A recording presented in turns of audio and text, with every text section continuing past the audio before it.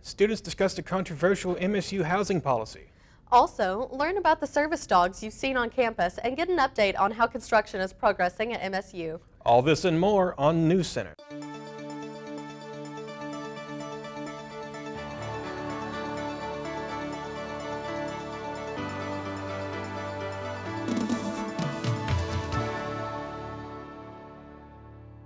Thanks for joining us. I'm Jack Cottle. And I'm Eden Jordan. Here's what's making headlines for September 7th, 2017. We see the construction around us every day, but some are wondering when it will come to an end and what's ahead. NewsCenter sat down with Shayla Ring to get an update of the construction. As students of Morehead State University, we've been around construction for quite a while now. It's good to get an update every now and then on when it's going to end, when the new dining halls will open, the old ones close, and how our new president is doing handling the construction. Shayla Ring sat down with me in an interview to tell us all about it. So the Rocky Atkins Dining Commons is slated to open October 20th of this year, and ADEC will be finished in the fall of 2018. Eventually, there is not going to be a need for two dining services on this end of campus, so Alumni Tower dining will be closing down. Dining services will have to look into that and plan that accordingly based on their projected time frame from moving from one building to the other and training and that sort of thing, having some stuff open and some closed. So Aramark and Dining Services will be kind of coordinating all of that. Dr. Morgan has looked at any kind of new projects or new renovations moving forward, kind of streamlining our capital plan and what we can do based on the kind of the political changes that have happened, and looked at the future of MSU versus ADEC is already in full swing, so he's just been a part of what's going on now and been updated with that. A recent press release has said that ADEC is now 54% complete and is said to include a Steak and Shake, Which, Moe's, Starbucks, and other Aramark brands. The 22-month project is on track to be complete in the fall of 2018. I'm Josh Bryant, reporting for NewsCenter. Thanks, Josh. For future updates on the construction, you can follow Facilities Management online. The Morehead State University accounting program has been ranked one of the most affordable on the affordablecollege.com website. This MSU program was ranked 13th. The university offers an accounting completer degree, which has the option to take all of the courses online. This program covers accounting systems, preparing financial statements, tax planning, and auditing. Students obtaining this degree must complete 27 credits along with the upper division requirements.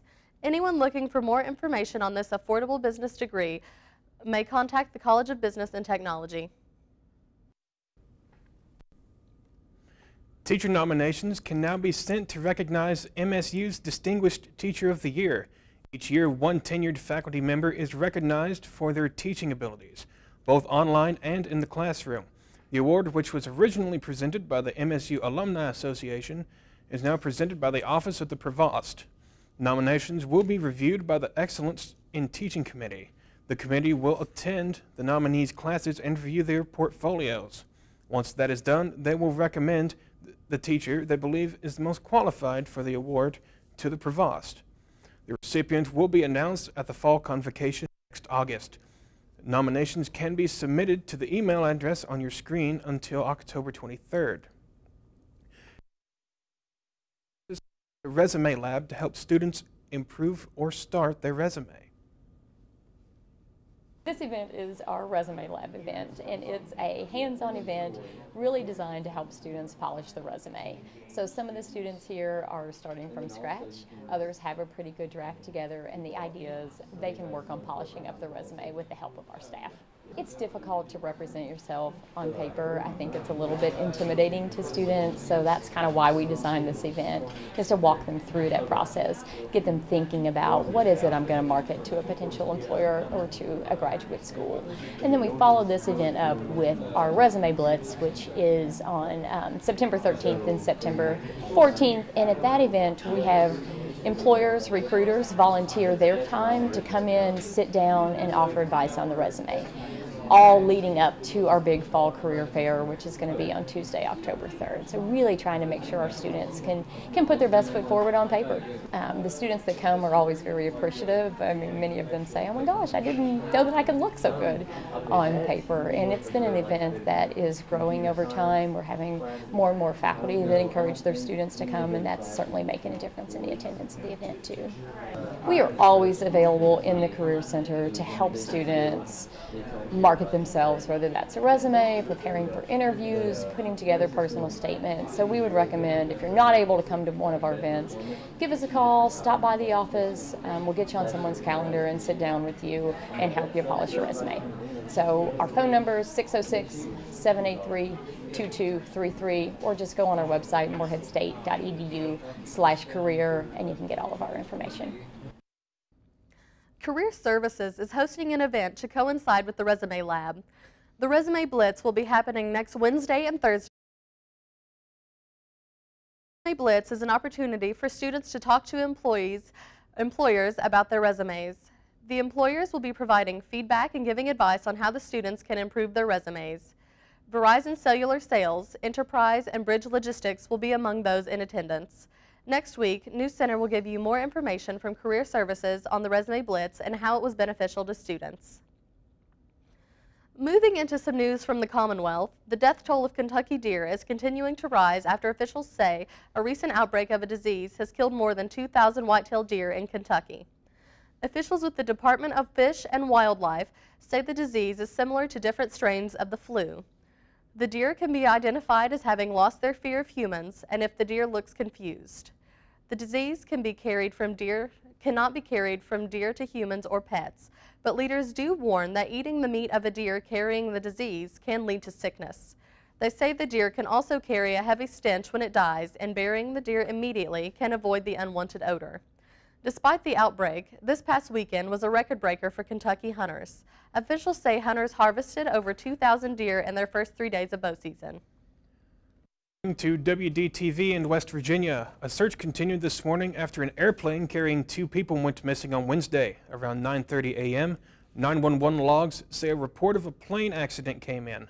The plane departed from Delaware Coastal Airport in Georgetown, Delaware, and was supposed to land in the Mason Fleming Airport in Flemingsburg, Kentucky. Yesterday, according to the Federal Aviation Administration, the aircraft is a Cirrus SR-20 aircraft. The last known location of the plane was near the Harrison-Wetzel County line. Officials conducted a ground search and a drone search, but suspended the search around 7:15 p.m. last night. They restarted the search for the missing plane and people around 8 a.m. or nothing has been found.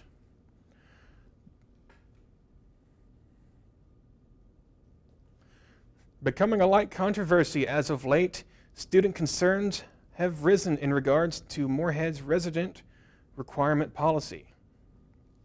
For freshmen at Moorhead State University, living on campus is a big part of the college experience. This is due in large part to the residency requirement for students here at MSU. Residency requirement is a policy that Moorhead State has that says if you are under 60 credits or under 21 years of age, you're required to live on campus, unless certain conditions are met. For some students, though, the requirement should not be implemented. Kate Sowards, a student here at Moorhead State University, has even created a petition on change.org to abolish this requirement. I sat down with Director of Housing and Residence Education, Alan Rucker, to hear more about this policy. National research has shown that students are more successful in terms of they retain better, their grades get higher, they graduate sooner, they have a better connection to the campus. I can go on and on about the positives from living on campus. The issue regarding the residency requirement is slightly polarizing for students, though. Some believe it to be valuable, while others deem it unnecessary. I do feel like it's a good thing. Like, I've enjoyed living here on campus so far, but I don't necessarily think it should be required. I think that living on campus is a great first year experience. I feel like you can make so many more friends when you live on campus and just experience college better once you live on campus for at least a semester. I don't think it should be completely necessary. I think it'd be nice to have an option. Of course, personally, I would have rather lived off campus as a freshman. I think it would help freshmen to live on campus. A big issue for students who either do not meet the requirement or do not wish to live on campus is the mandatory housing fee. Fee is always the lowest priced residence home. So upperclassmen, for example, this year would be charged $2,400 for that mandatory housing fee. For NewsCenter, I'm Kyle King. Now for some national news. The effect of Hurricane Harvey in Houston, Texas is now being felt across the nation, including right here in Moorhead. The storm has now hit several refineries along a stretch of the Gulf Coast. Many refineries are now closed until the floodwaters drain. In the Gulf of Mexico, oil and gas operators are evacuating workers from rigs. Wholesale gasoline is to rise 3% in the coming weeks. This will bring the price to $1.36, which could last for months. The national average is now $2.54 per gallon. In the coming weeks, it could skyrocket to $2.74 per gallon. The increase in price will be about 5 to 6 cents here in Moorhead. Also, Hurricane Jose is gaining strength in the Atlantic, marking the 5th hurricane of 2017. Currently, Jose is 1,000 miles east of the Lesser Antilles, making its way west-northwest, moving at 15 to 20 miles per hour. Jose is expected to have winds of up to 130 miles per hour, if not greater, by the weekend, making its way to being a major hurricane. It is currently unknown how close Hurricane Jose will get to the northern Leeward Islands. However, it is expected to slow down and turn northwest by the end of the weekend. To put an end to the Action for Childhood Arrival program, otherwise known as DACA.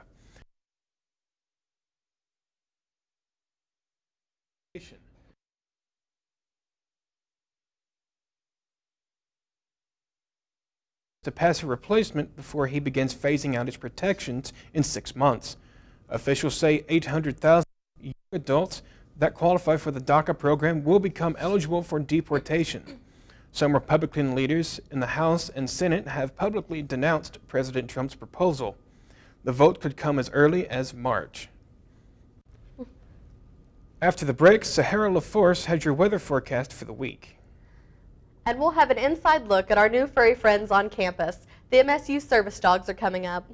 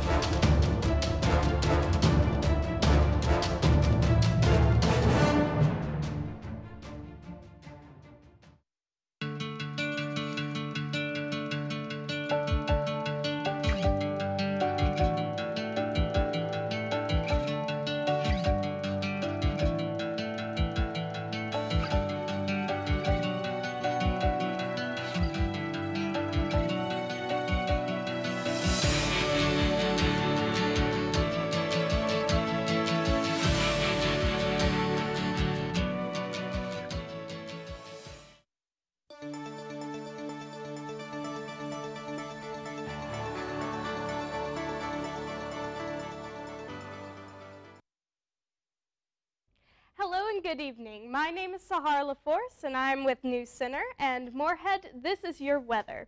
Currently in Moorhead, it is 67 degrees and partially cloudy. Going to and from classes today has probably been pretty chilly, especially when the sun has gone behind one of the many clouds that have been out today. But towards the afternoon, it got a lot more comfortable. There is a humidity of 52% and winds of 6 miles per hour. The record temperatures for this time of year are an astonishing high of 102 degrees in 1925 and a low of 38 degrees in 1988. Now, the normal high for this time of year is not nearly so drastic, with a normal high of 84 degrees and a normal low of 60 degrees. Now, we are 67 today, so we're kind of in the middle here, with much of our week going to be between the high 60s and low 70s. Now for a look at our Doppler radar, you will see scattered showers throughout the northern part of Kentucky, moving north into Indiana, Ohio, and West Virginia. Now, you probably won't be seeing any of the precipitation considering how sparse it is, but just keep in mind if you think you may need to bring out your umbrella later. Now for our temperature map. It is 69 degrees in Frankfurt, Louisville, and London, and 70 degrees in Bowling Green, with a temperature of 67 in Lexington, Ashland, and Moorhead. Now for tonight's forecast, it is going to be partially cloudy with a low of 49 degrees, so it's going to get pretty chilly, but and a 10% chance of precipitation, which, like I said, we probably won't be seeing any of it, but keep it in mind. And sunset is supposed to be at 7:53 p.m. Now for tomorrow's forecast, it's going to be mostly sunny with a high of 74 degrees, very comfortable, and a sunrise at 7:09 a.m. Now for our 7-day forecast, it's going to be pretty comfortable over the weekend, but moving into next week, it's going to start to, we're going to go into the low 70s and the high 60s, with a chance of rain coming off of the tail end of Hurricane Irma towards the end of the week. Now that's your weather for the week. Let's go back to the desk for our NewsCenter Spotlight.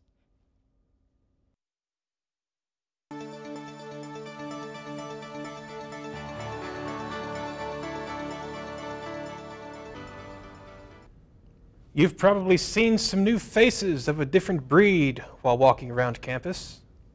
Yes, MSU's PAWS LLC gives students the opportunity to foster and teach basic socialization skills to future service dogs. So we're teaching them how to go day to day, like going to the store and going out to restaurants and being in the classroom setting and things like that, and just teaching them how to behave. It's a really good way for the handlers to communicate easier with each other and for the dogs to be able to interact with each other on a daily basis. How do you treat a service dog when you see one is to kind of treat them like a wheelchair, because they are providing a service. They're not just like someone's pet dog out on a walk. And the best thing to do is always make sure that you ask to pet them before you try to interact with the dog. We have the please ask to pet me, and that just kind of helps people around campus and stuff kind of learn. Whenever they leave us, they go into training and they start to try to figure out what kind of service dog they would be best at, and then they get trained to do that specific skill. Basically just really cool to know that whenever they leave here at Moorhead that they're going to do some really cool things and they're going to help people and save lives. And I look at him all the time and I'm like, you're going to do great things. It's amazing. And it's just really neat to think about that we've been there and seen them as they're growing up and been able to help raise them. And they're basically kind of like little heroes. They're going to help change lives and help out families a lot and be there for kids that need them. When we come back, Bailey has your Eagle Athletics update. It never gets old, huh? Nope. Kind of makes you want to... Breaking a song? Yeah? I love the sunset. I love Eagle Lake. I love the forest. I love when the Eagles play. I love the campus. And all its sights and sounds. Boom-de-yada, boom-de-yada. Boom-de-yada, boom-de-yada. I love philosophy. I love diversity. I love English. And all its weird words. I love the music. And all its melodies. Boom-de-yada, boom-de-yada. Boom-de-yada, boom-de-yada. I love fraternities. I love sororities. I love to draw things. And all the athletes. I love Moorhead. It's such a pretty place. Boom-de-yada, boom-de-yada, boom-de-yada, boom-de-yada, boom-de-yada, boom-de-yada, boom-de-yada, boom-de-yada. Looking for somewhere to test your true benching ability? In need of your own rack to squat? Don't feel like running outside in muggy weather and just want a place where you can get good cardio without having to go very far? Come out to our recreational center. Hours and job offerings are available on mymoorhead.com.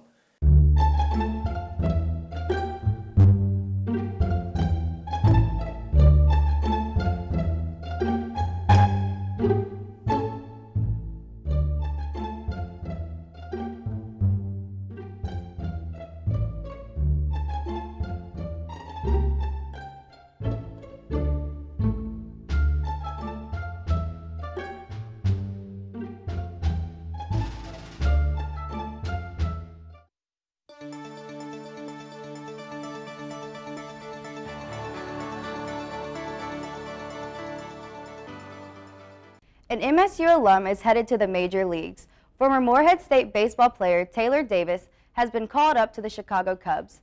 The former Eagles catcher was a free agent when he left MSU in 2011 and has spent the past 3 seasons playing on the AAA Iowa Cubs. This season, Davis has hit 6 home runs and 62 RBIs in 102 games. While at MSU, Davis was a first-team All-OVC selection. No other first-position player from MSU since Denny Doyle in the 1970s has been in the major leagues. Over the weekend, MSU soccer ended its non-conference losing streak. A 2-0 win against Chattanooga put the Eagles at 1-4 overall. Sophomore Ashley Ritchie scored the first goal of the game and of the season less than 3 minutes into the match. The score came off an assist from junior Samantha DeMonte. In the 84th minute of the game, securing the Eagles' lead. The Eagles have had the week off and will play their next game against Evansville on Sunday at 2 p.m. And lastly, Morehead State football soars to victory in season opener against Kentucky Christian University, 54-14 at Jane Stadium Thursday night. Junior quarterback Lawson Page led the Eagles with 284 yards along with 4 touchdowns. Head coach Rob Tenier says that he was very pleased with the Eagles' performance. Well, just overall, you know, it was great to get a win and just a great way to start the season. I feel like, you know, the contest was really, the game, we were really efficient. And, you know, for being game 1, that's the thing I was excited most about. And then, you know, just to get productive from some new players, from some young guys, some redshirt guys. You know, Lawson Page obviously starting his first college football game, had an outstanding performance. And then we had 2 redshirt running backs, Roberto London and Logan Holbrook, both rushed for over 100 yards. And then defensively, you know, giving up only an average of 3.6 yards per play. I know we gave up some chunk plays in the run game, but, you know, we're running a little bit of a high risk, high reward type of defense and attacking style, and so it was good to see that. And I think you know, the only thing that obviously I was a little disappointed in is obviously our 2 turnovers late in the game. We've got to be more efficient, and we need some more takeaways defensively. We'll be right back with more news after this.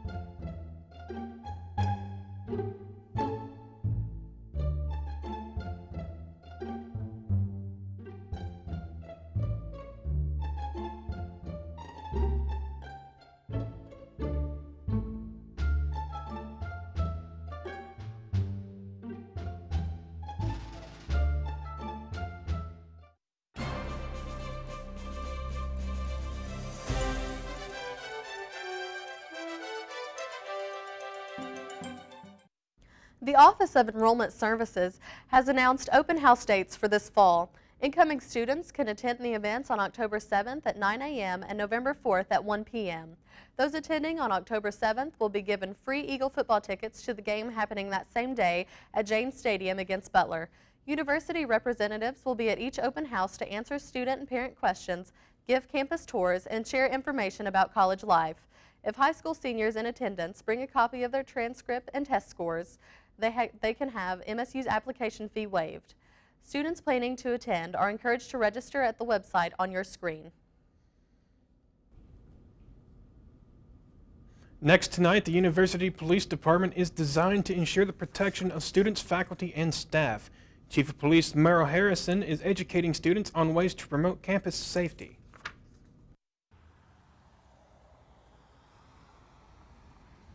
I understand still people that aren't really aware of the safety app, but it's an important app for the university.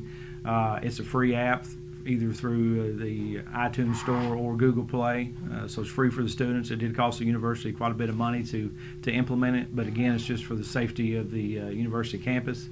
And what Live Safe is pretty much two-way communication between student, faculty, or staff and the police department. And some of the emergency options here: call 911, call MSU Police, and why the reason those are different. If you call 911 from a university telephone, E911 center, which is Moorhead Police Department. So that'll go straight to Moorhead Police Department if you dial that. If you need us, they still will transfer it or call MSU Police, or you just do a two-way message with MSU Police. So again, it's a lot of good features on this app. Down here's the notifications. Every now and then we will send out messages here.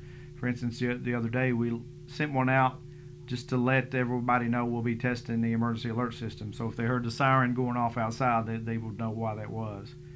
And in case of an emergency and we had directions we want to send out, we would use that, as well as Eagle alerts on EQ campus. So that's pretty much it in a nutshell. Eagle Nation was alive and well yesterday. A pep rally was hosted by President Morgan on the lawn of ALLIE Young to help kick off the semester. This was the first public event for students the new president has held. Some campus offices closed early and University Boulevard was temporarily shut down to make room for performances by the marching band, percussion line, cheerleaders, and dance team.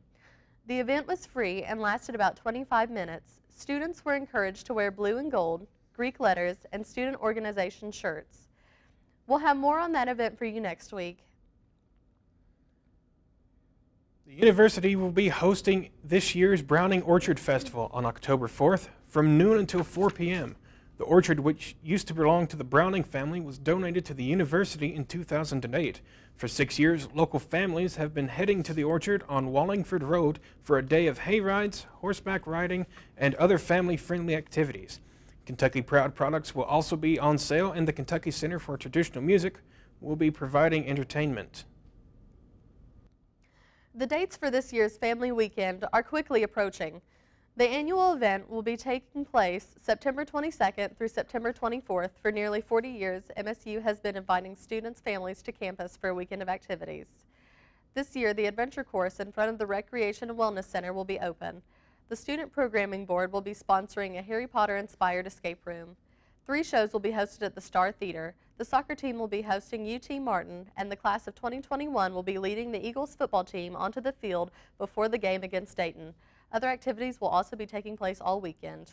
A traditional music festival will be held here in Moorhead recently at Carter Caves.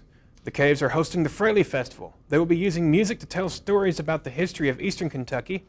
Multiple genres will be played over the weekend, including folk, swing, and country, among others. The festival began yesterday with a free jam session and will continue until Saturday night. With a $25 ticket, you will be able to view all of the performances. If you aren't available to make it for the whole weekend, you can purchase tickets for individual concerts at a cheaper price. All right, I'm Jack Cottle. This has been NewsCenter. Have a good evening. Thank you so much. And I'm Eden Jordan. Thanks for joining us tonight.